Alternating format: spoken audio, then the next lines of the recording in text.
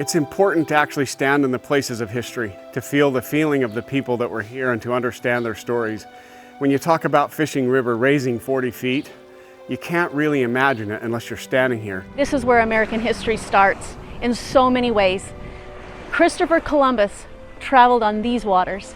How incredible. We invite you to come along with us when we go visit the Mayflower and when we take a tour through Washington, D.C. and then on to the Kirtland Temple. It's very unique. One of the questions you may be asking is, why is this important? We can just read about history, we can watch a movie on TV, and those are good things. It helps give us perspective. But there's nothing quite the same as standing here, seeing the width of the river and how much it grew, and just being in history. You stand here and you look out at that point and you look across. It's so big, it's so magnificent. It's really hard to imagine how this whole thing formed in so short a time. Eruption happened and it blew up. This silica was blown out in a secondary explosion, all on this west and south side, okay? So this is very important that this crater did not just blow up one time.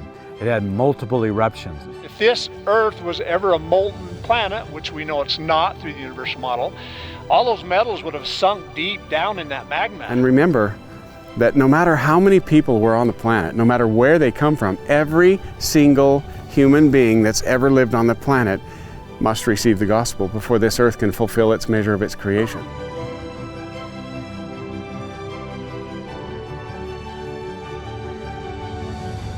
We are literally walking on the ground where patriarchs walked. This is the place where Adam and Eve lived. This is the place where Adam gathered together all of his posterity. This is the place where altars were built, even Nephi altars, we know from the prophet Joseph Smith. As men were inspired, they began to be righteous, to become sons of God, and they were inspired.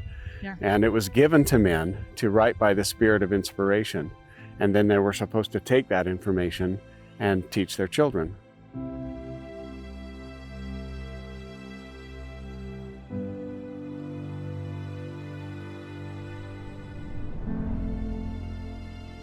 So you have these three different organizations that kind of hark back to the one leader, Joseph Smith, the prophet. So the Lord is going to redeem Zion, and they are going to build the temple there, but it's going to be under the direction of Joseph Smith. This is one of the most sacred places on the earth, actually, if not the most sacred. In a revelation given to Joseph Smith, the Lord identified far west, and specifically the temple site, as he said, the ground on which thou standest is most holy. Right here in 1834, on Zion's camp, Joseph Smith was camped down there by the river. The Zion's camp men were coming across. He climbed up here, called for a shovel, and dug down and uncovered the bones of a man named Zelph. So how do we combat false ideologies? The secret weapon is the Book of Mormon.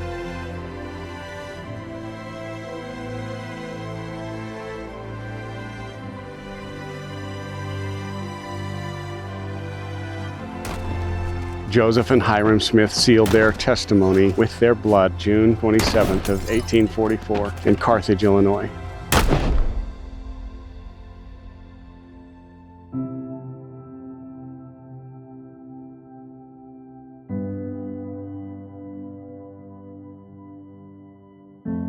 We're at the Arabia, and we want to talk about why it's important to be here to understand. This ship sunk in 1856. This is the same year that there were 5 handcart companies that left for Utah. And this is a good example of what they came with. The people that came west were sophisticated. They were very competent, industrious people. We're at the area where the Martin and Willie Handcart Company crossed the Sweetwater. We're in Martin's Cove.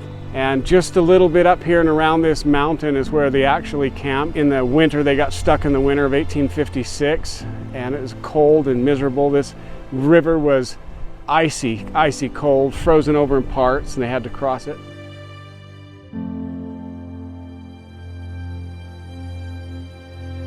The story of the flood occurs in every culture around the world. It's not just their story, it's my story. And It's your story.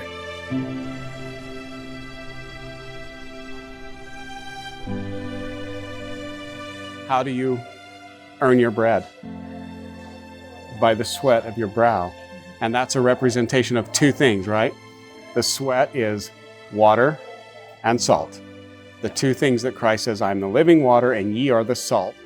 Petrified wood, a product of the flood, is like the rainbow made into rock, where we can actually touch it and feel it. It's a mark of the flood that serves no purpose other than just to beautify our world.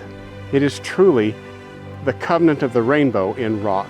Because of the confusing world we live in, we need to ask ourselves, can we believe Christ? And the answer is absolutely yes. We can believe Christ. Because Joseph Smith, we have an inspired translation of the Bible.